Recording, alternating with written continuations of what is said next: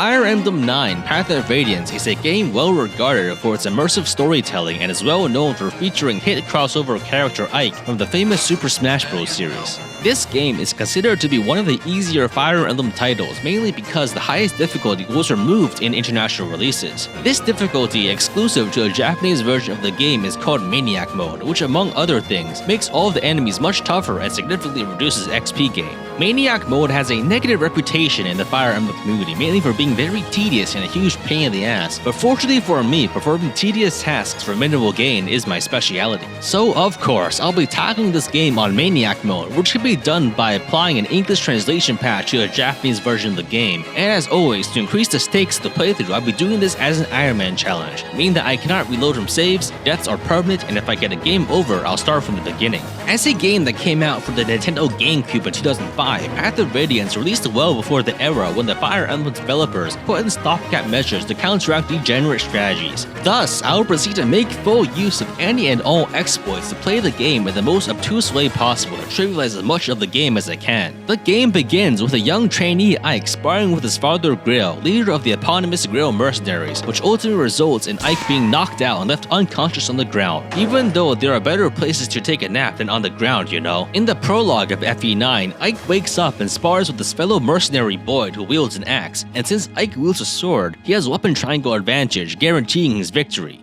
I begin by attacking Boyd on player phase, causing Ike to take one more hit than he strictly needs to, forcing me to use one more vulnerary charge than is necessary. And in the second phase of the map, Ike continues to spar against his father Grail and wins, obtaining a nearly perfect level up and earning his father's permission to join the group as a full-fledged mercenary. Unfortunately, the extra damage inflicted by Boyd has taxed my healing resources to the limit, which will soon have fatal consequences. In Chapter 1 of FE9, Ike starts off his first day as a mercenary by waking up late and is assigned his first job, which is to drive away bandits that have occupied a village. Our team consists of 4 units, namely Ike, Boyd, and Oscar, who are low-level sword, axe, and lance units, while Titania is a strong prefrontal who will remain relevant for the entire game. This map pits us against a dozen bandits led by a stationary bandit boss, which is an archetypal early-game Fire Emblem level. In the NA release, there is a strange glitch that can cause Ike to start with 4 iron swords, but unfortunately, since I'm playing a patched Japanese version, we only start with 1. I move out with Titania to rescue a village to obtain a seraph roll that I give to Ike, and then quickly clear the remaining bandits, allocating XP to Ike, Oscar, and Boyd as best I can. The boss of this map, Zawana, is stationary and sits on an objective tile, which grants him a small amount of passive healing every turn, which means that theoretically, if I break his weapon, I can repeatedly attack him for free XP, since there is no built-in XP decay for fighting the same enemy repeatedly. Looking at the numbers, Zawana wields an iron axe with 45 uses, and Titania takes 3 damage per hit from him. There's no healing terrain on this map, but I eyeballed it, and I figured that I can just barely get to the point where I can take 45 hits from the boss and break his weapon. So I unequip Titania's weapon and repeatedly take hits from Zawana, gaining 1 XP per attack, which eventually gets her an incredible level up. I keep taking hits to chip away at Zawana's weapon durability, which steadily decreases, but as I use my last healing item, I soon realize that I actually don't have enough. I try spreading out the remaining damage on my other characters, but I find myself in a hilarious situation where the boss has 4 weapon uses left and everyone is on extremely low HP.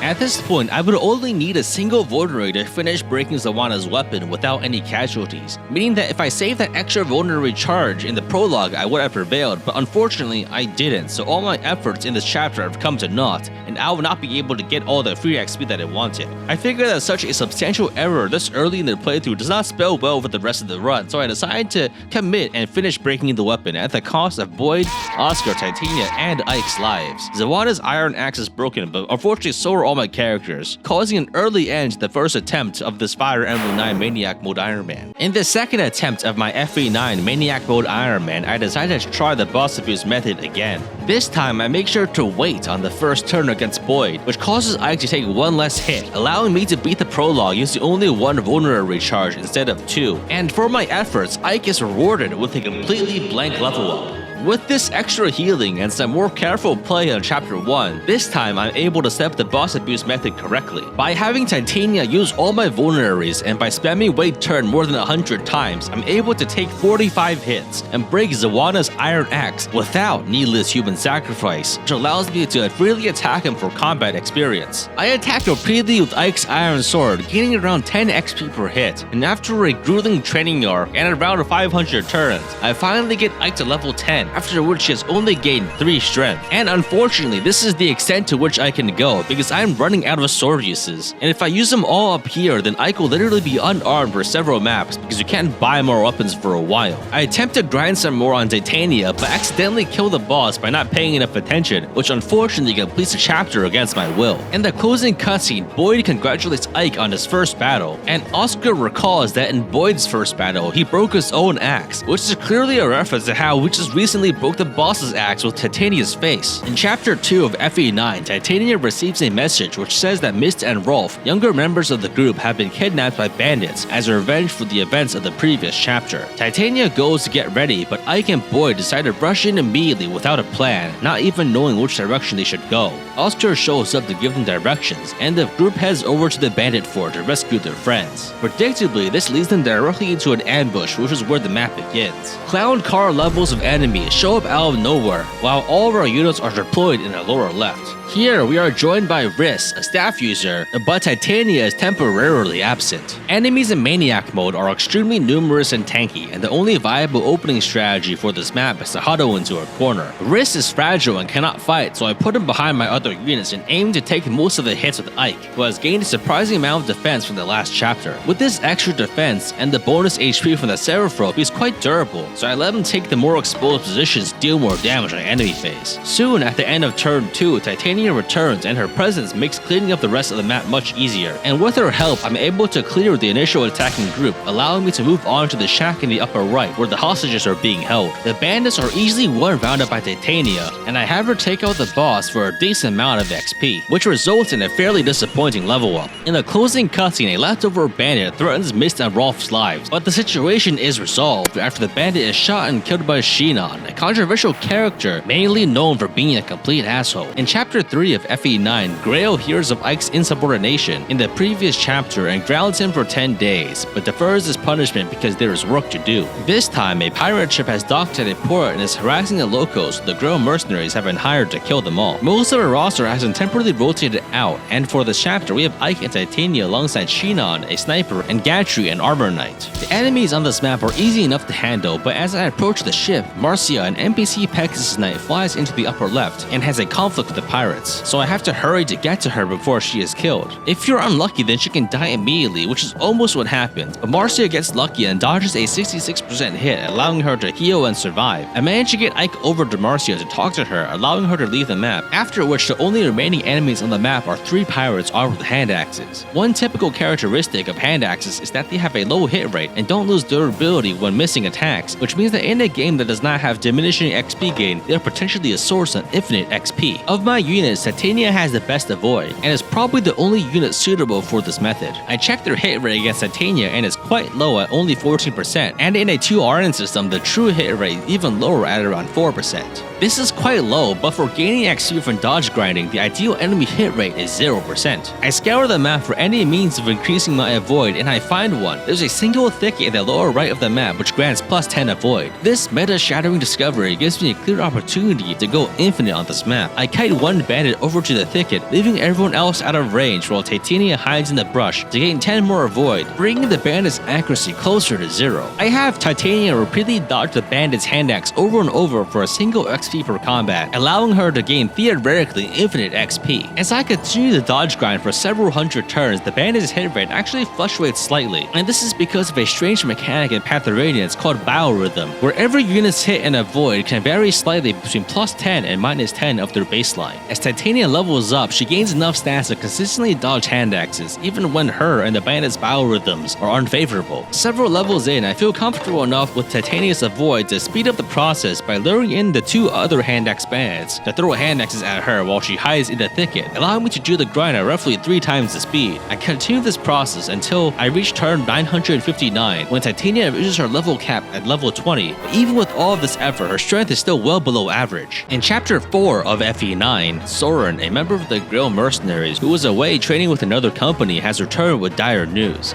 A new war has started. The nation of Crimea, where we currently reside, has been invaded by its neighbor, Dayan. In anticipation of trouble, Grail sends Ike on a scouting mission to the capital of Melior, and on the road we find evidence of a battle. While investigating, Ike's group stumbles upon a detachment of Dayan soldiers who decide to attack immediately. Suddenly, 24 enemies pop out of a hyperdimensional space vortex and the map begins. For this chapter, Boyd and Oscar are still not present, and instead we get Soren, who is a squishy mage. In Maniac Mode, there are a huge number of enemies on this map, and it can be quite tricky depending on how you tackle it. If you move out, then you'll get overwhelmed, so I have to huddle in the corner to defend my less durable units. I move out Titania aggressively to try to catch as many enemies as I can before they reach my main group, but this backfired as many soldiers just move right past her. Fortunately, my frontline units are quite durable, and Shinon can take a surprising number of hits as well. Once I move Titania back in, I form a diagonal wall formation to shield Soren and Riss from 1 and 2 range attacks, allowing me to steadily chip away at the enemies until they're gone. I use the rest of the map to feed XP into Gatry and take out the boss to complete the chapter. After taking out the Dayan soldiers, Shinon tries to loot the bodies, but unfortunately time is of the essence, so we disappointingly have to leave. The group escapes into a forest and stumbles upon a mysterious woman who lies unconscious on the side of the road, even though there are better places to take a nap than on the ground, you know. In chapter 5 of FE9, we discover that the woman we just rescued is Elincia, the secret princess of Crimea that apparently everybody except us knows about. Elincia's parents were just recently killed by King Ashnard in the recent invasion, and Dayan soldiers soon show up to demand that we turn her over. The mercenaries discuss what to do with her, but the Dayan troops decide to move in and attack anyway, and the map begins. This is a fog of war defense map where we must defend the fort for 6 turns, with many enemies coming in from 2 directions. The entrances are unfortunately too wide to be effective choke points, so a lot of my army will be exposed to attack. I have Titania and Gatru handle the bottom entrance, which has more enemies, and have everyone else handle the left. The defense goes quite well at first, but as I try to use Boyd to wall off the left side, he takes a lot more damage than I expected because of his low speed, and he comes very close to death. But he is saved after an enemy chooses to attack Shinon because of his heroic skill instead of killing Boyd. But after defeating all of the initial enemies, I accidentally pushed too far into the fog, and I met with a nasty batch of reinforcements that I was not expecting, and this directly results in Boyd being killed. Soon after, I tried to have Titania push into the fog at the bottom of the map to kill the boss for a stat booster, but in doing so, I opened up my formation to Cavaliers that are unexpectedly close. These Cavaliers take the opportunity to move in and kill Riss, who is my only healer. I keep shuffling my units around, and my defender point nearly gets seized by the enemy, but I managed to reach turn 6, meeting the turn limit and completing the defend objective for this map. And because you manage to hold on for long enough, the enemy soldiers panic at the unexpected amount of resistance and retreat. After the battle, Grail decides to abandon the base immediately before Dayan brings in reinforcements, and the mercenaries quickly move to pack their things and escape. As Princess Elincia helps pack supplies, she notices a medallion around Mist's neck, which, unbeknownst to the both of them, is actually the Fire Emblem. In chapter 6 of FE9, the newly homeless girl mercenaries flee south so that Princess Elincia can seek refuge in Gallia, a nation of the beast tribe Laguz, a race of people who could transform into animals. Since Ike knows nothing about the world that he lives in, Shinon and Soren benevolently take the time to teach him all of the slurs that he needs to know to make a good first impression. Our group is pursued by General Petrine, who has casually executed the remnants of the last squad that attacked us in a brilliant display of resource conservation. To facilitate the escape, Grail departs with Gatry and Shinon to stall the pursuing force while everyone else escorts Elincia into Gallia. Unfortunately, our way is blocked by a detachment of soldiers, and the only way to get through is to fight. This is an escape map which begins with some light stealth mechanics where we can move freely in the brush without any of the enemy units being alerted. Unfortunately, because Boyd and Riss are dead, my forces are significantly less numerous than they should be, since Shinon and Gatry cannot be deployed on this chapter. There are 2 paths on this map, and I make an attempt to make a swift exit through the left path before I get swarmed. While the enemies don't do much damage, neither do I, and in true Maniac Mode fashion, the enemies are way too durable to get through easily, and this quickly becomes a problem because all the enemies on the right soon rush in and flank me. I do not have enough units to form a wall, so I'm forced to withdraw into the forest. Fortunately, the thicket tiles have a significant movement penalty, so once I enter, all of the enemies are stalled significantly. I manage to hide Soren in a tucked away corner while Titania kills everyone else on the map, nearly running out of weapons in the process since I'm still unable to buy anything. So I avoid finishing off the remaining enemies and dance around them to escape with all my units for some bonus experience and complete the map. After breaking through these ambushing forces, we manage to cross the Gallian border and deliver Elincia into safety, but worryingly, Grail has not returned, so Ike decides to double back to assist his father. In Chapter 7 of FE9, Ike searches for Grail, which leads him to investigate an abandoned fort, which is unfortunately populated by Daeon's soldiers. Suddenly, 27 enemies appear from out of the ether and hostilities commence. This is the first indoors map of the game, which just like previous chapters features way too many enemies. I move into the upper right to recruit Mio, who is a Myrmidon that has surprisingly comparable stats to Ike, which is disappointing for the both of them. To counter the high enemy count, I quickly force my way into the treasure room on the right to make use of the door as a one-tile choke point. And because of this game's unique indoor wall mechanics, you cannot attack through walls, so I'm completely protected from ranged attacks while inside the room. A few turns in, Gatry and Shinon return and show up on the left side of the map, but they are quickly surrounded.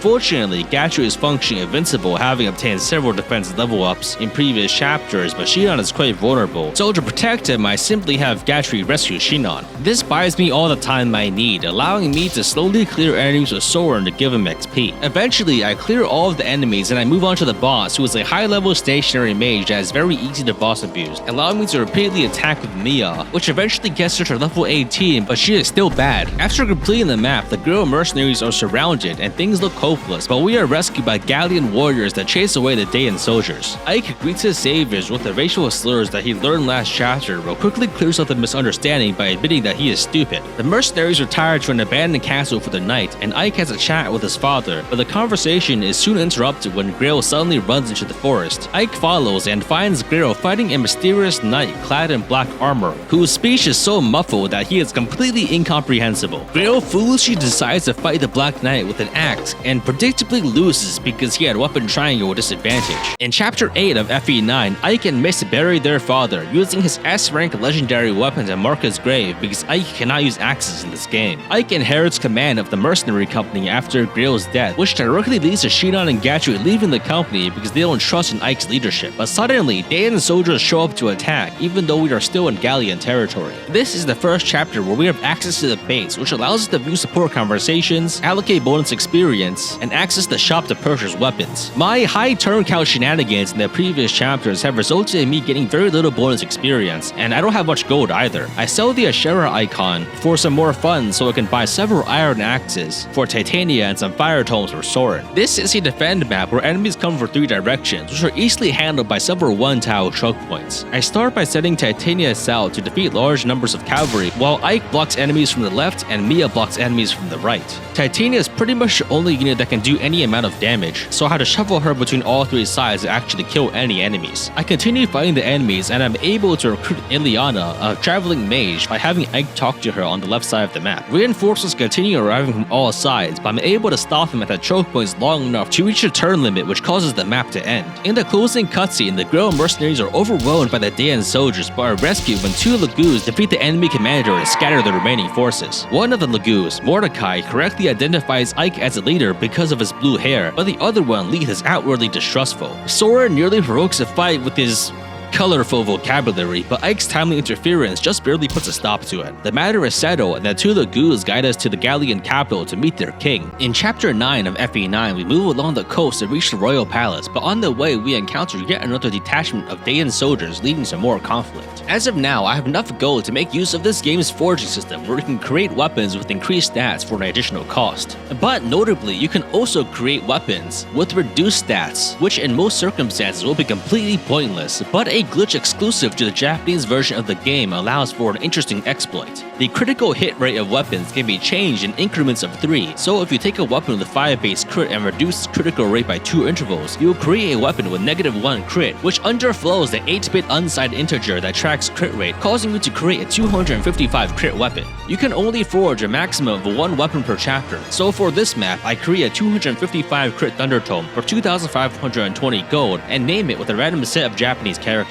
On this map, we get a whole bunch of new characters, starting with Mist, who is a low-level staff user, and Rolf, who is a low-level archer. Mordecai and Leith also join as ally units, but you can't control them directly on this map. The goal of this chapter is to seize the objective in the lower left, though there are also 2 villages that you can rescue in the upper left for some extra rewards. Early on in the map, Marcia the Pegasus Knight shows up and can join the party by talking to Ike, but she's not really in position to contribute much when she joins. I move all my units to the left to rescue the villages, and then 255 crit Thunder Tome perform as well, allowing me to consistently one-round enemies with Soren. Unfortunately, the beach is full of sand tiles that restrict cavalry movement, meaning that I cannot reach the villages in time, causing one to be destroyed, but I do manage to save the other one for a stat booster. With the treasure obtained, I move south onto dry land to handle the remaining enemies, allocating XP relatively efficiently, until I manage to reach the boss, who is armed with a horse slayer and a javelin. I have Titania break his javelin, but I'm a bit hesitant to let Titania be hit repeatedly with effective damage. So instead, I decide to have Mia attack the boss while healing her with Mist to train 2 units at once. Mia takes 11 damage per hit and has 23 HP, meaning that she can comfortably survive 2 hits. But unfortunately, it turns out the boss, Kotop, has a counter skill, giving him a 7% chance to deal half the damage he takes back to the attacker. Under normal circumstances, Mia will be left with 1 HP after 2 combats with the boss, but unfortunately, after attacking the boss for 3 damage, the counter skill activated at a 7% chance, dealing 1 damage to her and causing her to be killed exactly. Needless to say, this is bullshit. Regardless, I decide to finish off my grinding and repeatedly attack with Sorum to get him to level 21, which in Path of Radiance leads to an automatic promotion without the need for promotion items. Sorum promotes into a Sage, which offers the option between being able to use staves, which are useful for a variety of healing and utility tasks, and knives, which are a pathetically weak one-range melee physical damage option that has no real use case in the entire game. So of course, I choose the knives. In Chapter 10 of FE9, Ike and Alencia have been turned away from Gallia and are instead directed to head to the Begnion Theocracy to seek aid for Crimea's liberation. We receive a sum of 20,000 gold to buy supplies and head to a port to obtain a ship so we can sail around the continent to reach our destination. On the journey, we pass by Cantia's castle, a fort seized by Dayan early on in the war, which now serves as a prison for captured soldiers, and so we decide to mount an attack to repatriate some prisoners of war.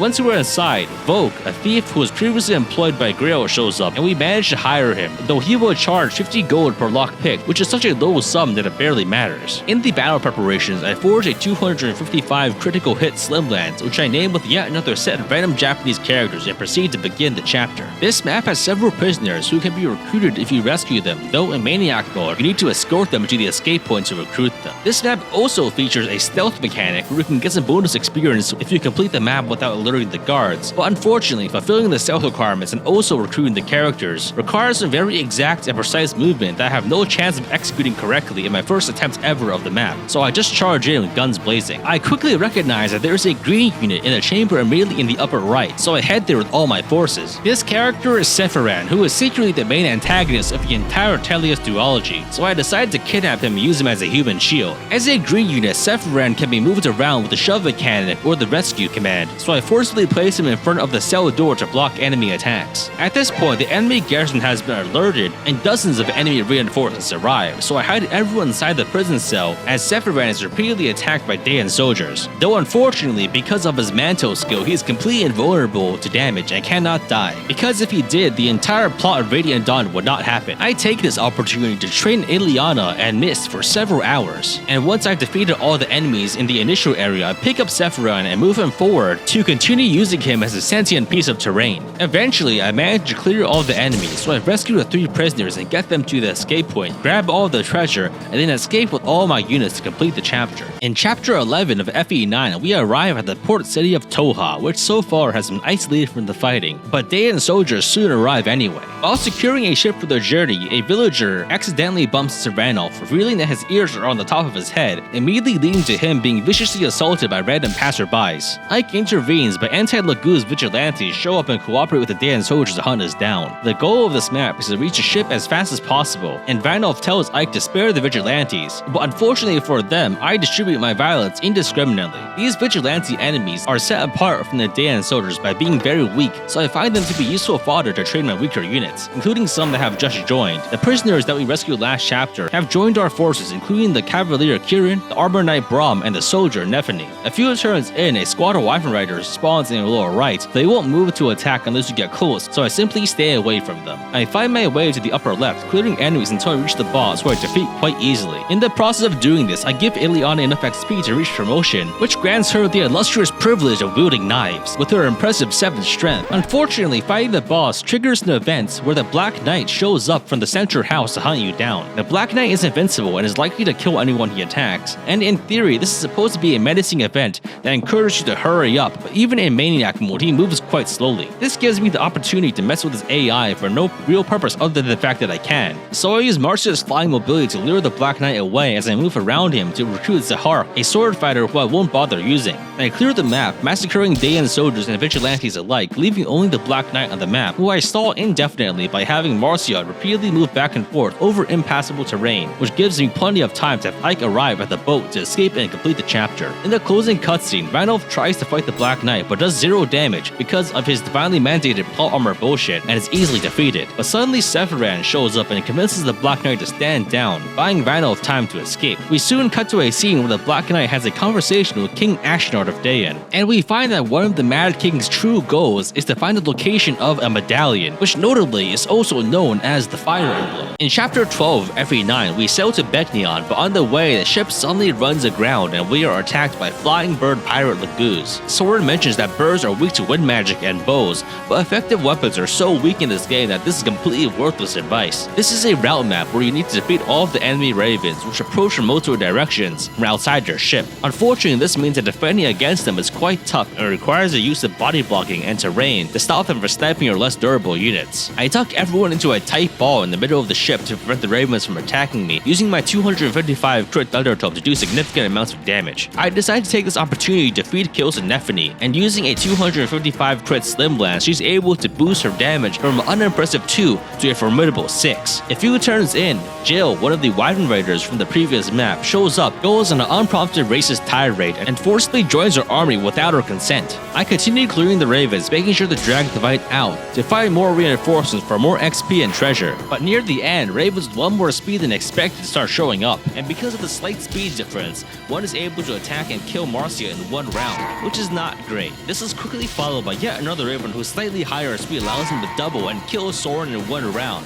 which is also not ideal. In the closing cutscene, Ike goes out on land to seek aid to get their ship unstuck, but runs into trouble when he gets on the bad side of some local dragon Lagoos. Fortunately, Krithnaga, Prince of Goldoa and useful 4-drop in the Fire Emblem Cypher trading card game, shows up to defuse the situation and gets his followers to help push the ship free. In Chapter 13 of FE9, we continue our journey and are entreated by a squad of Pegasus Knights who claim to represent the Apostle of Beknion, but the discussion is cut short when the Apostle's ship is boarded and attacked by an unknown foe. Ike moves to assist, and our ship also boards the Apostle's ship to provide assistance. Soren's ghost also briefly shows up to report to us that he has died. This is a boat map where we must defend the cabin in the central ship where the Apostle is hiding for several turns. Notably, this is the map where we can re-recruit Gatry, though to do so you'll first need to recruit Astrid, who is an incredibly weak bow knight. If you are unlucky, then Astrid can straight up die on the first turn, preventing you from recruiting Gatry, so I'll need to pull off some shenanigans to recruit her on the first turn. I use the shove mechanic to move Ike 3 tiles closer, which pushes him into range to talk to Astrid immediately on turn 1, recruiting her, allowing me to have her talk to Gatry to recruit him immediately as well. However, by focusing on the recruitment, I don't move quickly enough to secure the 3 choke points at the top of the boat, which leads to many soldiers flooding in.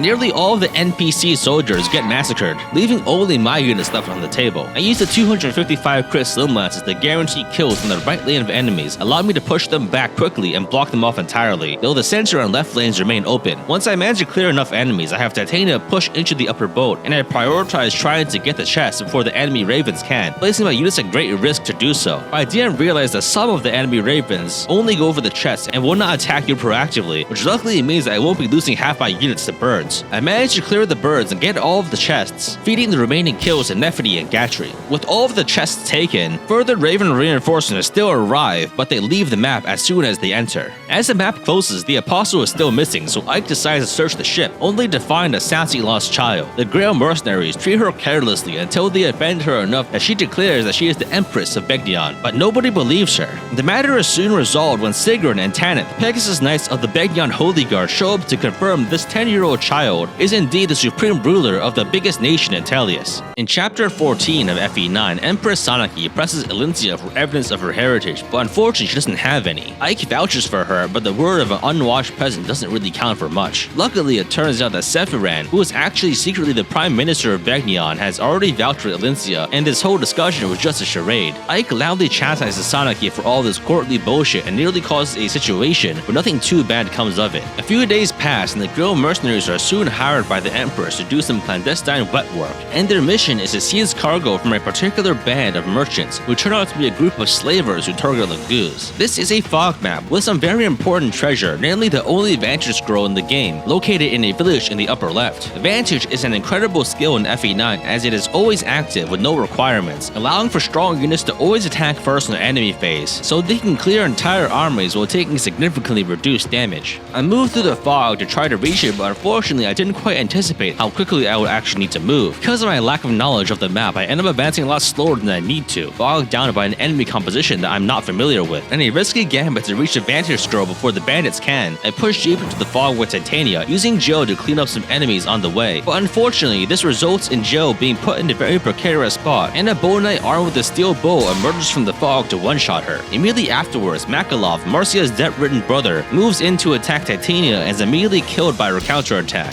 That's fine because I couldn't recruit him anyway since Marcia is dead. But to add insult to injury, after all of this, a bandit moves and destroys a village containing the game's only Vantage Scroll. Having gained nothing of worth from this map, I finished clearing their enemies to wrap it up and get the hell out of there. As the map concludes, we cut to a meeting of the Lagoos Kings, where they have a lengthy discussion to establish that they plan on doing absolutely nothing. In chapter 15 of FE9, Ike's company is paid for their previous job but are immediately sent on another. This time, we are to enter the desert to defeat a group of bandits who turn out to be a large group of Lagoos. This is a desert map where movement is heavily restricted and the enemies are not aggressive until you move into their range, making this one of the more uninspired and tedious maps of the game. This matter is worsened by the fact that enemy Lagoos repeatedly transform back and forth on enemy phase, spending a tremendous amount of time on animations alone. I used bonus experience to promote Gatry to a general, and on the map I slowly learned out individual enemies to promote Nephany, who in my playthrough has somehow ended up being extremely defense blessed, and has gotten to the point where she can clear entire maps on her own. I moved Volk around on the desert to claim the hidden treasure, and then placed Leith on an extremely specific tile in the upper right to recruit Stefan, a powerful swordmaster who you have no chance of recruiting unless you looked it up on a guide. I defeat the boss to wrap up the map, and it turns out that the bandits we were fighting were in fact the Lagoos Emancipation Army, which is apparently led by a young human boy named Tormod. This entire situation is baffling to Ike, who has no idea what the fuck is going on. In chapter 16 of FE9, King Nesala of the Raven tribe of Lagoos tricks Raisin, prince of the Heron tribe of Lagoos, selling him to Oliver, a Begnon senator of the spherical tribe of Bjork. Ike and company return to Empress Soniki, who reveals that the past two missions were an elaborate plan to expose Begnon's senators for their secret participation in the Lagoos slave trade. Ike's group was tasked with these missions because, as outsiders, they are useful political pawns that can act independently.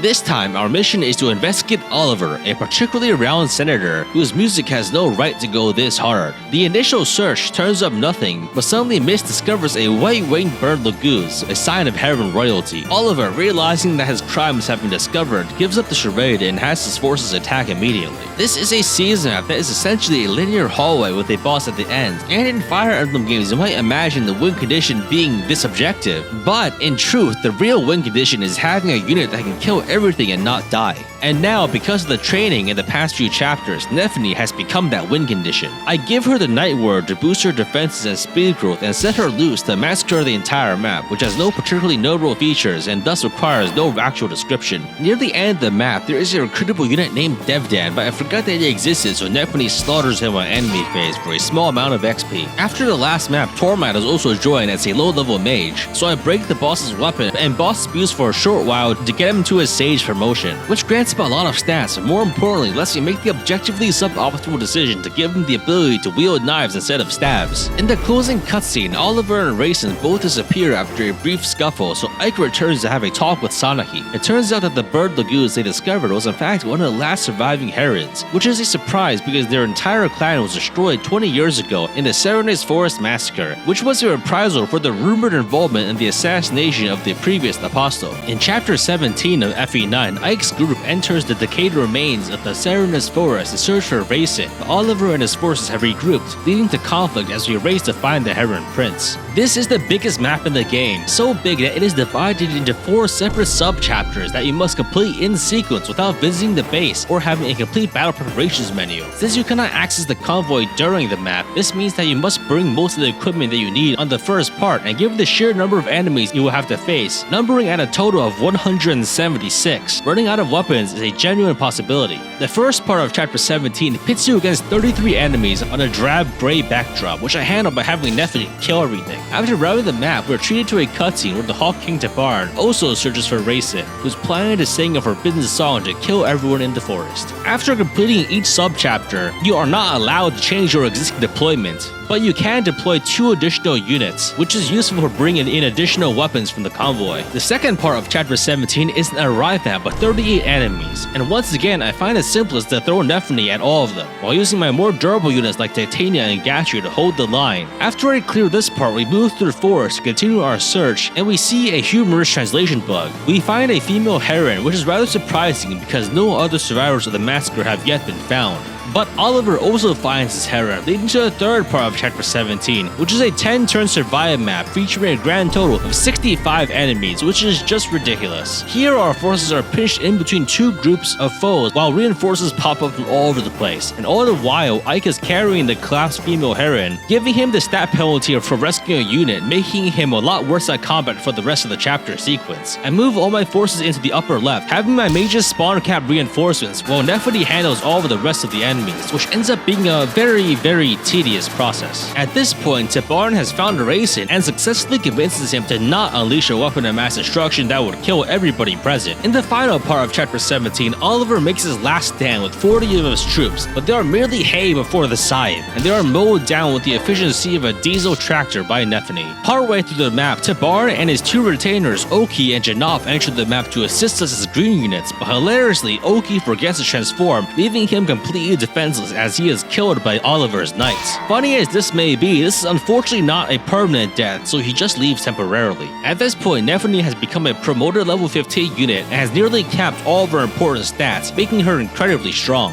I finish routing the map and have Nephany defeat Oliver to finish this grueling gauntlet of a chapter. As the map closes, Rayson shows up and recognizes an unconscious female heron that Ike has been carrying around. It turns out she is Leanne, Rayson's long-lost sister who has somehow survived the Serenus Forest massacre by being hidden in a shrine for many years. The Apostle Sanaki shows up personally to apologize to the herons for her countrymen's misdeeds. While I have no idea what Leanne is saying because she speaks in wingdings, I can tell from context clues that Sanaki's sincerity has moved her, and the 2 herons choose to forgive her instead of seeking revenge. To celebrate this moment in race relations, everyone heads to the Serenus altar where Rayson and Leanne perform a Galdar to restore the Serenus Forest to its former beauty, which was apparently important enough to be one of the 6 animated cutscenes in the entire game. In Chapter 18 of FE9, Ike is forced to become a noble against his will, and with it he gets new clothes and his promotion, changing his class from Ranger into Lord. As a reward for his work in resolving Benyan's internal issues, Sanaki has pledged military forces to assist in Crimea's reclamation, and makes Ike the commander. The first move in this counterattack is to strike at Dayan directly, and Ike's forces march to seize a Dayan border outpost. On this map, we get a variety of useful units, including Rayson, who is a dancer that, when transformed, can refresh up to 4 unit actions per turn. We also get Oki and Janov, who are 2 Hawk Lagoons that can work as filler units. But most importantly, we also get Tanith, who has a unique ability that can summon a total of 6 Holy Guard reinforcements, who are generic Pegasus Knights that can be summoned in every map even if they die in previous chapters. Each use of the reinforced skill will summon 2 weaker Pegasus Knights and 1 incredibly strong Silver Lance Falcon Knight with nearly capped offensive combat stats. Even though they can't be controlled directly, the Falcon Knight is a genuinely useful combatant, and even the Pegasus Knights are incredibly useful as cannon fodder, especially because of the prevalence of siege tropes in nearly all featured maps. I move forward with Nephany as my vanguard, while I have the Holy Guard hanging back to handle widened reinforcements from the rear, using their impressive avoid to repeatedly dodge enemy attacks. I weather the enemy's siege tones as I move forward, and near the end of the map, Shidon appears as an enemy, having accepted work from Dayan after leaving the Grill Mercenaries. While you can kill him, it is also possible to recruit him through some obscure conditions, even though at this point in the game he is completely useless as a unit. I first lure him out and satisfy the first recruitment condition by having Rolf talk to him, and the second one by having Ike defeat him in combat. If you do this correctly, Ike will have some unique dialogue, and Shidon will be recruited at the end of the chapter. I continue clearing the map, focusing on giving levels to Ike, who needs to catch up after his late promotion. Ike re-recruits Shidon, who accepts on the condition that Ike wins one more fight, but Shidon is so weak that he gets off screen immediately. In chapter 19 of FE9, we continue our march inland and press the attack on Dayan. This time, our Dayan foes have hired King Naysala and his ravens as mercenary forces, which makes things more complicated. This is a defeat boss map with an optional objective to obtain a Night Ring, which can grant Kanzo to any unit. This requirement is to make Naysala retreat without killing any of his ravens,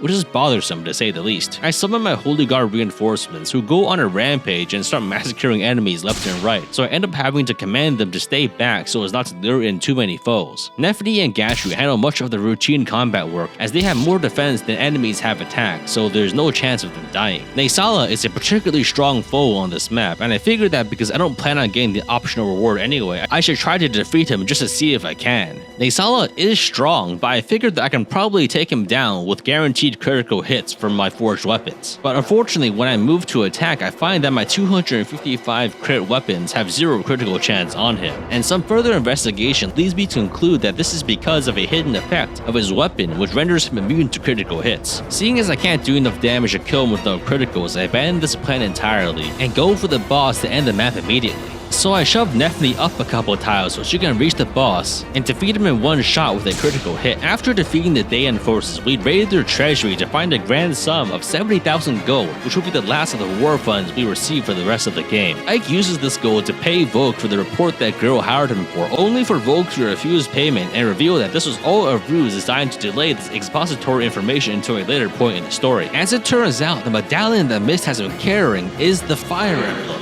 an ancient artifact used to imprison a dark god. This cursed item apparently drives its holders into a murderous rage, and Grail wants to come into his influence, causing him to slaughter 24 assassins, the entire village that housed him, and also his own wife. Volk was hired by Grail to kill Grail if he ever went mad again, which is a strange request considering that Volk's combat capabilities are rather mediocre. And with this, Volk reveals his true identity as an assassin by concealing the lower part of his face. In chapter 20 of FE9, Mist suddenly finds that her medallion has been stolen immediately after we learn that it is a dark artifact with the potential to bring about great calamity, and that it was Grail's final wish for Ike to protect it. The Liberation Army continues its march into Dayan territory, but the enemy general is coerced into committing an atrocity against his own people by flooding a dam to halt our advance. This is an arrive map where we must reach the destination within 15 turns or else we lose. Notably, this map's boss has a unique capability to turn Joe into an enemy unit after a talk conversation, but sadly, I don't get to see that because Joe is dead. As the map begins, I move everyone along the bottom side of the map while having my summoned Pegasus Knights handle the upper side, where they perform quite well for several turns before they all die. Nephany continues to handle the bulk of the combat, and eventually I send Gatru to help distract wyverns to the left. I'm able to reach the boss with time to spare and defeat him with Ike and arrive to complete the chapter. In the closing cutscene, we manage to close the floodgates, but all of the fields and homes of the locals have all been destroyed, causing untold suffering for Dayan's people for a minor tactical advantage that ended up being completely pointless. In chapter 21 of FE9, Aino contemplates how King Ashnard has chosen the worst possible strategy at every turn purely for the sake of stoking more conflict, to the point where he has left his own capital city mostly undefended. We move to assault Dayan's capital city of Navasa, but the enemy forces make the strange tactical decision to leave the front door wide open. Ike's forces charge in recklessly, only to find that the door is shut once they're inside, and through some strange Fire Emblem Engage style magical plot contrivance, we for some reason cannot open them to leave. The generic soldiers panic a little, but it turns out that the trap is just that the 60-something Dayan troops inside the castle move to attack. This is a standard siege map with a few too many enemies, forcing me to finally turn off battle animation so I don't die of old age before I complete the game. Fortunately, this map has many useful choke points, which makes the enemy count quite manageable. I move along the sides of the map with Nephany in front, but an enemy priest manages to hit her with a sleep staff, putting her to sleep. I'm able to remove the status with a restore staff, but the presence of sleep staffs in future maps mean that I do have to be a bit more careful. As I advance, reinforcements continually spawn behind me in sets of 3, but I'm able to spawn camp them by repeatedly one-shotting them with my 255 crit tome mages. And while I do this, my generic Holy Guard Pegasus Knights spread out and pick off enemy mages and priests, and do a surprising amount of damage. Eventually, I make my way to the boss room, where I'm able to recruit Taro Nail by having Ike talk to him, obtaining a useful filler general to round out my rather lacking roster. I let a generic Falco Knight try her luck against against the boss, but unfortunately she's done so much combat on this map that her silver lance breaks and is unable to complete the kill, resulting in her death. I train Ike for a little while by repeatedly attacking the boss, and then defeat her to complete the chapter. In the closing cutscene, Ike demands that Aina surrender, but suddenly Nasir shows up and attacks Ike, letting Aina escape. As it turns out, Nasir was a traitor all along and has been feeding her army's movements to Dayan the whole time. In chapter 22 of FE9, after seizing the Dayan capital, King Ashnard is nowhere to be found. Reinforcements arrive from Banyan, led by General Zelgius, who we have absolutely no reason to be suspicious of for any reason. This time, Ike sends out a small force to investigate Palmeni Temple based on some suspicions brought about after taking Nasir into custody. The troops inside the temple threaten the priests and use them as human shields, creating this map's unique gimmick. This is a defeat boss map featuring several enemy priests who are being coerced into combat, and in an ideal scenario, you are supposed to not kill any of them. If you manage to spare all the priests, you can obtain the Esrek Ashera staff, which can be used for a map-wide full heal and status cleanse. That said, this is easier on lower difficulties because the bishops are unarmed, but in Maniac Mode, many of them have weapons, which makes it easier to accidentally kill them.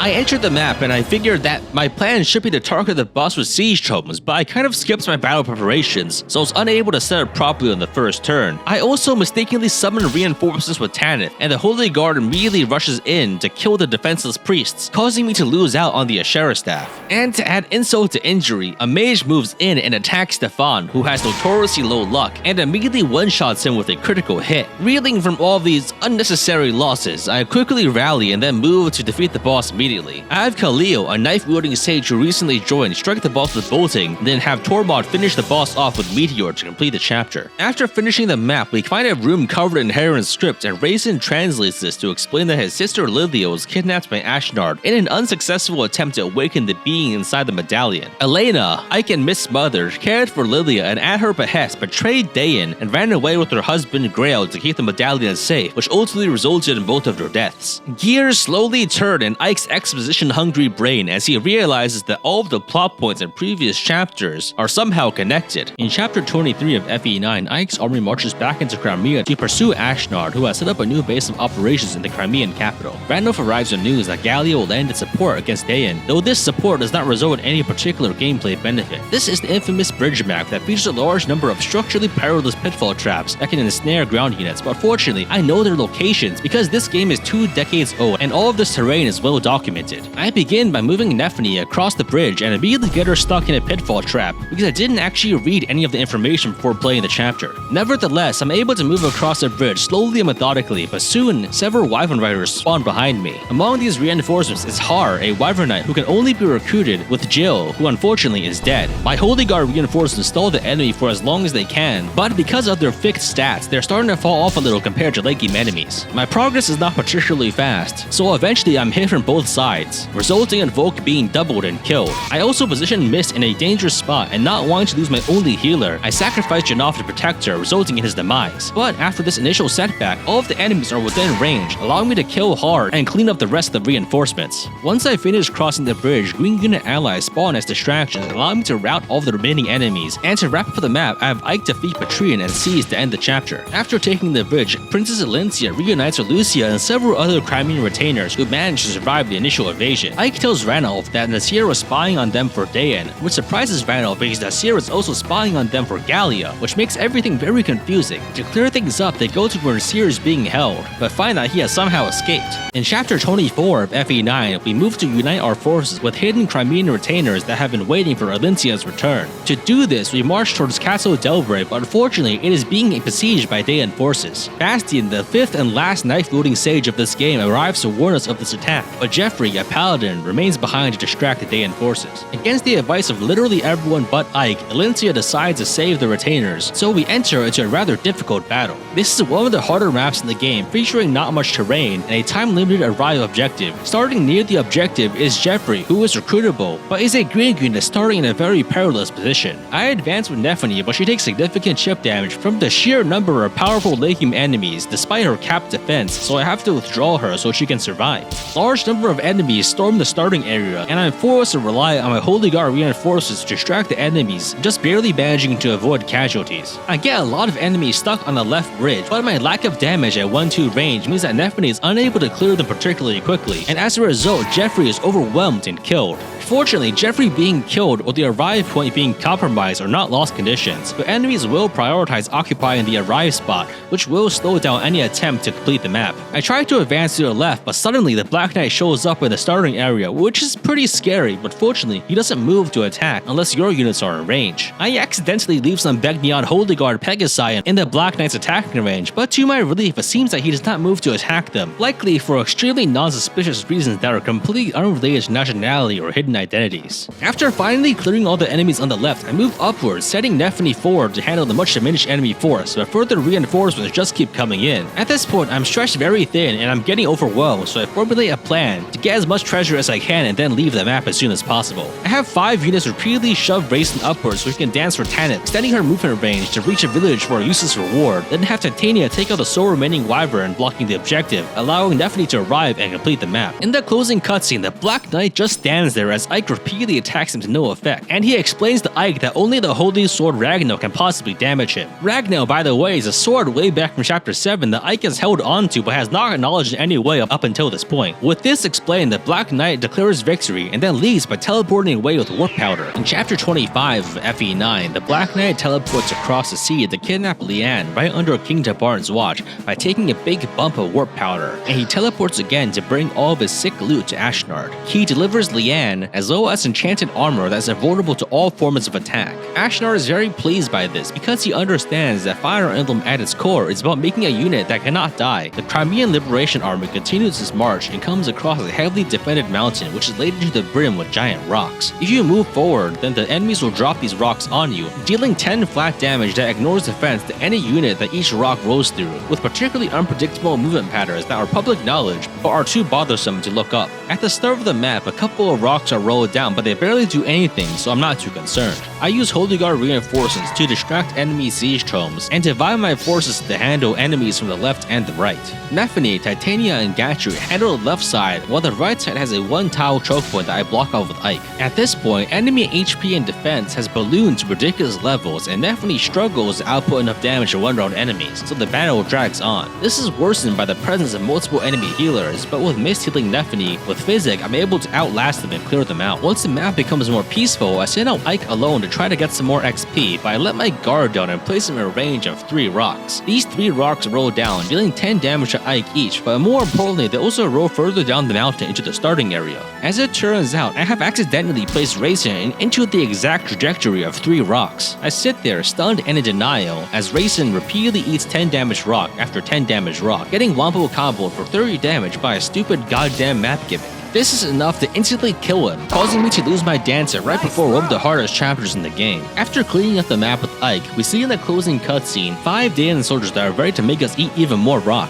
But Tabarn flies in and scores a pentakill, finally deciding to act against Daelan because of Leanne's kidnapping. The other Laguz Kings show up as well, and after explaining the situation, we discover that Ashnar's provocation of literally every nation in Tellius was not a poor tactical decision, but rather a calculated plan to engulf the entire continent in war, because it is an alternate condition to awaken the Dark God in the Medallion. In Chapter 26 of FE9, we have successfully joined forces with the Laguz armies and moved to take 2 forts, which are the only things standing between us and the capital. Tabarn's army moves to attack Fort Nados while the main army attacks Fort Pernell. We then cut to Ashdar, who shows that he doesn't care about his own subordinates' lives, which is unthinkably callous and a demonstration of his psychopathy. And on a completely unrelated note, I plan on deploying a lot of cannon fodder for this chapter. This map is known as Clash and is famously one of the most difficult maps in FE9 Maniac Mode. Here, you must fight 118 incredibly powerful late-game enemies while having very little terrain to use to your advantage. Furthermore, Alencia joins the army and is forced to play on this map, which is bad because she is very weak and is a lose condition if she dies. Since she is also a mounted flying unit, she cannot be rescued, so protecting her is not trivial. The enemies on this map are extremely strong and are nearly impossible to one round without highly forged weapons. And since characters can only hold 4 weapons at once, the sheer number of durable enemies means that it is very likely that you'll run out of weapon uses if you rely on one character too much. I spend what little funds I have left to buy as many silver lances as I can for Nephany, so she has enough weapon uses to clear the map, and I load up everyone that has spare inventory space with more lances, since FE9 does not have mid-map convoy access. My opening move is to send Nephany into the center of the map to intercept enemies from the top and the right, while I have everyone else huddled near the starting area to protect Elincia. Nephany gets into position and successfully lures around 2/3 of the incoming enemies, while the last third attacks the rest of my army at the bottom of the map. Nephany is able to score a few kills by activating Luna, but most of the enemies survive and clump around her in a gigantic ball, and the rest of my forces don't fare much better. I form a diagonal wall with my bulkier units extending off of a small group of trees, and summon my Holy Guard to distract enemies, but it's not quite enough and Oki is killed by an archer. Nephany fights quite well on her own against the bulk of the enemy forces, but everyone else is struggling against a much smaller contingent. Another wave crashes into the starting area and Mordecai is killed on impact. Around this time, large numbers of reinforcements spawn from the top, so I move Nephany to distract them. I make a push with my crit tome mages, but I only manage to kill around half of the enemies, leading to Leith's death on enemy phase. But fortunately, at this point, I think I have managed to stabilize the situation. I've cleared most of the enemies that start on the map, and since the bulk of the reinforcements come from the top of the map, I'm able to fight most of them with Nephany alone. I send in Gashri to resupply Nephany's lances, but more and more waves of enemy reinforcements keep coming in, and these enemies are difficult to handle because they keep retreating to be healed when they are at low HP. More and more enemies stack up, and Nephany just starts taking excessive amounts of damage every turn, and faces a higher risk of death than I'm comfortable with.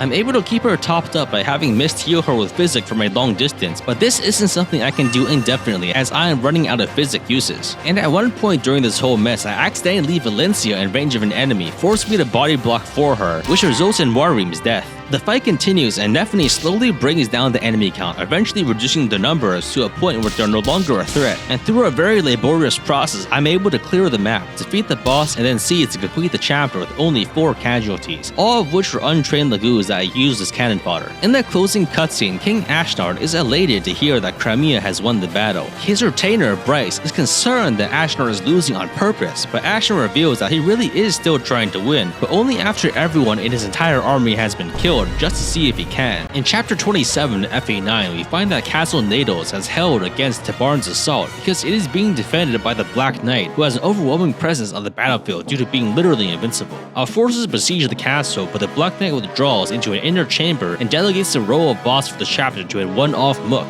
This chapter features many locked doors and chests with useful rewards, which is a problem because I lost Volk a few chapters ago, and the only other thief in the game, Soth, is so weak that he will be one-shot by enemy siege tomes, making him basically useless. So instead, I bring a whole bunch of door and chest keys that I got in earlier maps, as this is the last map where they can be used anyway. The chapter begins with the forces being surrounded on all sides, but there are multiple choke points that can be used to great effect. I move up and have my bulky melee units form a wall in the center area, using my Holy Guard summons as an additional buffer. The Holy Guard managed to soak up a lot of damage, but they all die a lot faster than I hoped. I try sweeping the map with Nephany, but she gets hit with the enemy sleep staff and is put to sleep for 5 turns. She is then quickly surrounded by feral Lagoos who don't do that much damage to her, but they do prevent me from restoring her status easily. Nephany takes significant damage from mages and siege trolls, and I'm just barely able to keep her alive by having missed repeatedly used Physic on her from a long range. On the other side of the map, I defend against several more enemies, but Titania is also put to sleep, dropping her avoid down to 0 and making her much more vulnerable. But since I didn't deploy Elincia and all my sages are knife users, I am unable to heal her and Nephany on the same turn. Even though I'm able to clear out most of the enemies, an enemy siege tome user attacks and kills her, which is not an ideal outcome. Nephany is still sleeping on the right side of the map, being attacked by feral cat Lagoos, but now I'm able to send the rest of my forces to relieve her. I send in Gashri, and predictably he is also put to sleep, but this is fine as the enemy siege tomes and sleep staffs have now run out of uses. Once Nephany wakes up, I have her go to town and clear the rooms. Most of the enemies on this map have passive AI, meaning that they will not move unless you get into their range, and if you do, you can lure them individually without worrying about attracting larger groups, so I use hit and run tactics to take care of the rest of the map. I make sure to save chest keys to get a Physic and Fortify staff for extra healing, as well as the Resolve scroll, which is critically important for the last few chapters. With this, I finish routing the map, kill the boss, and then arrive to complete the chapter. And with this, Ike enters the inner sanctum of the castle alone to confront the Black Knight and avenge his father. In chapter 27-2 of FE9, Ike confronts the Black Knight, interrupting him as he attempts to execute Aina on Ashnar's orders. This begins the map, which is a duel between Ike and the Black Knight. You don't have to win this fight, and you can just escape at the bottom of the map, but if you do that, you are a coward. If you want to win the duel against the Black Knight, you will have to defeat him within 5 turns, and if Ike has not capped his strength, you must depend on random skill activations to win within the time limit. In my case, Ike's strength is not capped, but I don't know the optimal sequence of actions anyway, so victory was never guaranteed to begin with. Here, Ike finally decides to use a Ragna, which is an incredibly powerful 1-2 ranged weapon. I opened by attacking the Black Knight, and on enemy phase, he strikes back with a Luna activation, to which Ike retaliates with Ether. Miss is also deployed on this map, and while she can't damage the Black Knight, she can heal Ike so he doesn't have to waste his turn using elixirs. The fight continues as the Black Knight activates Luna again, and Ike counterattacks for minimal damage. On turn 3, several Dan soldiers show up, and while they will not attack Ike, there is a healer that can heal the Black Knight and undo all of your progress. So I move Ike to attack the healer, but I misclick and kill a soldier instead. But fortunately, the priest decides to target Mist instead of healing the Black Knight.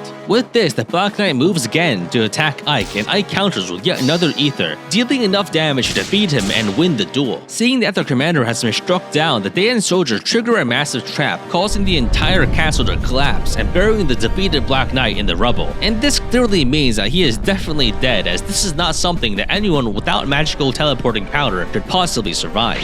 Ike rescues Aina and speaks to Nasir, who has returned, revealing that his betrayals were for the sake of Aina, who is actually his granddaughter. And our reward for defeating the Black Knight is recruiting Nasir into our ranks, giving us a powerful endgame unit for the last 2 maps. In chapter 28 of FE9, we discover the location of the kidnapped Terran Lian and head to Gratnia Tower, which is a Dan research facility for creating feral ones, which are lagoons that have undergone inhumane experimentation, which has formed them into crazed killing machines. This research is led by Izuka, who is a strong contender for having one of the most unfortunate looking sprites in the entire series. This map pits us against several siege troll mages, as well as 70-something feral lagoons of several varieties. Inspired by King Ashnar's aim to get everyone in his army killed, I tried to do the same on my end. With only 2 chapters left, I have to be a bit proactive, so I choose to only deploy a few strong characters, while the rest of my deployment slots are filled with useless untrained fodder, so I can clear my barracks before I end the game. This chapter might seem tough, but you have several win conditions handed to you on a silver platter.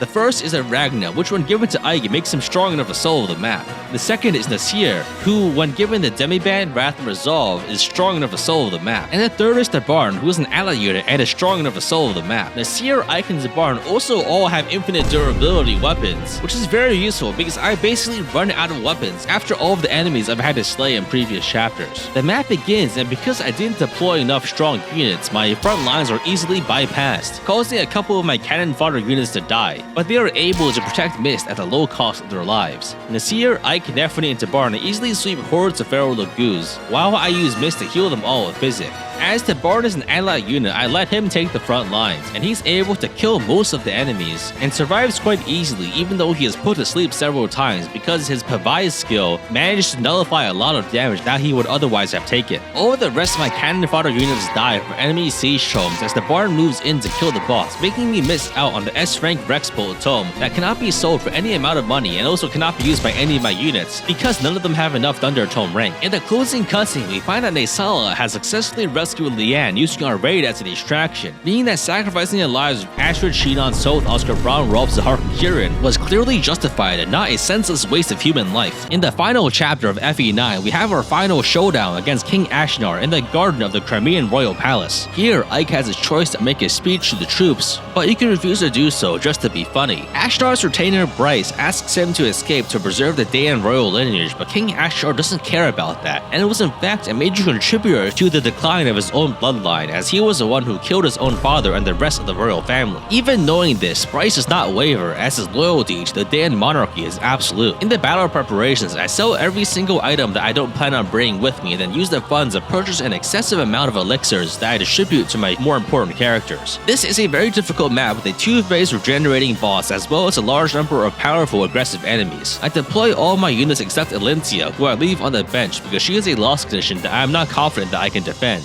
The enemies arrayed against us come from 3 main directions: the left, the middle, and the right. My strategy is to have everyone go to the left to defend against the Paladins and Draco Knights, while I leave Ike in the middle to handle everything else. Because he is a tanky 1-2 range unit with Ragno that can deal a lot of damage and also self-sustain by using Ether. On the left, I form a diagonal extension off the terrain, but unfortunately I'm 1 character short of making an actual wall, which is bad because I chose to attack the side that has more mobile enemies. As I do this, Largo is killed by bolting, which is fine because absorbing Siege Home was probably his best use case to begin with. I push against the Wyverns and Paladins with my 255 critical mages, allowing me to break their critical mass and make them a lot less lethal. The entire middle and right flanks move in, and I summon some Holy Guard reinforcements to slow them down to get everyone else away, while Ike slaughters them by the dozen with Ragnar. With the initial waves taken care of, I move everyone back to the starting area and wait until turn 9 when Ashnard begins moving. Ashnard in Maniac Mode is an incredibly strong, mobile 2-phase final boss boasting 10 movement, a tremendous amount of damage, high speed, and invulnerability to damage from most characters. Currently, the only characters that can damage him are Nasir and Ike, and even then,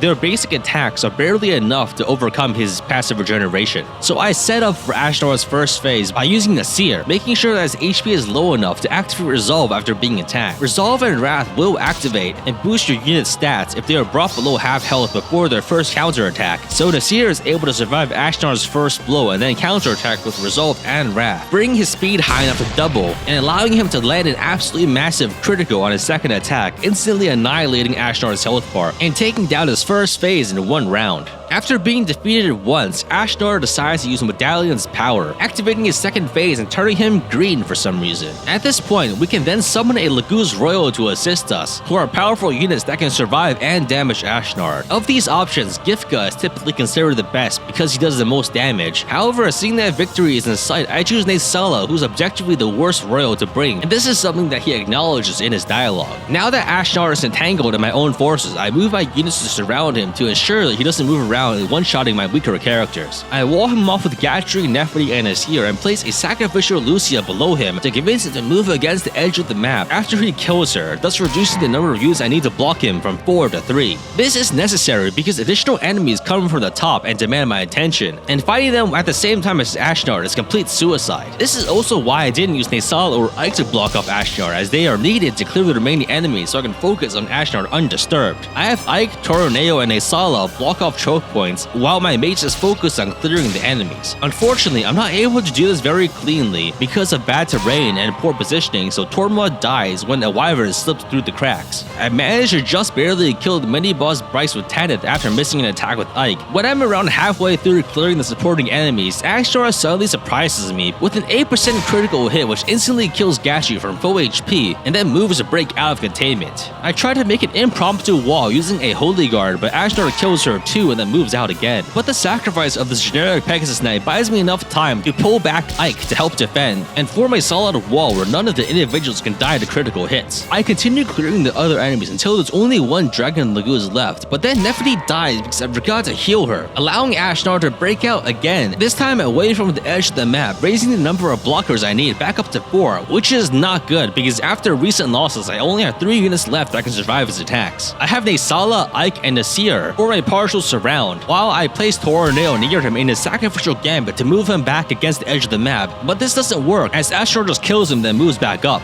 I try again by using Ranulf, and this time it succeeds, and after Ranulf is killed, Ashnard pins himself against the edge of the map once more, allowing me to block him off completely. Now all that is left is to kill Ashnard, so I have Ike, Nasir, and Naysala repeatedly attack him to take him down, and as I do this, Ike manages to land an Ether to do significant amounts of damage. I didn't realize that I now have the opportunity to get all the rest of my characters killed, but as I plan out these last few moves, Ike randomly activates yet another Ether and kills Ashnard, defeating him and preventing me from sacrificing the rest of my army for no reason.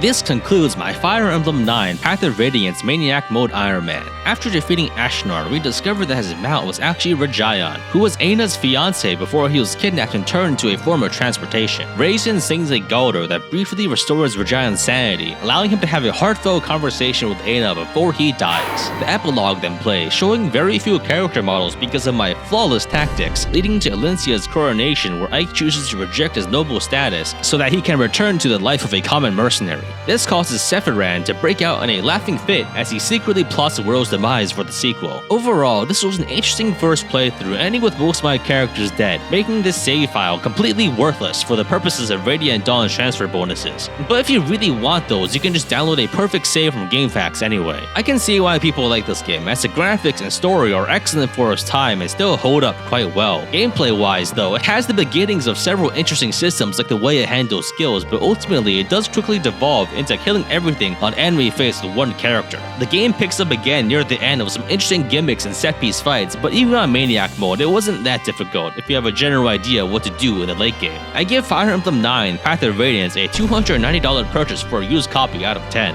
Anyway, that's about it. Please subscribe, and if you want to support my channel, consider donating to my Patreon or becoming a YouTube member. See y'all next time.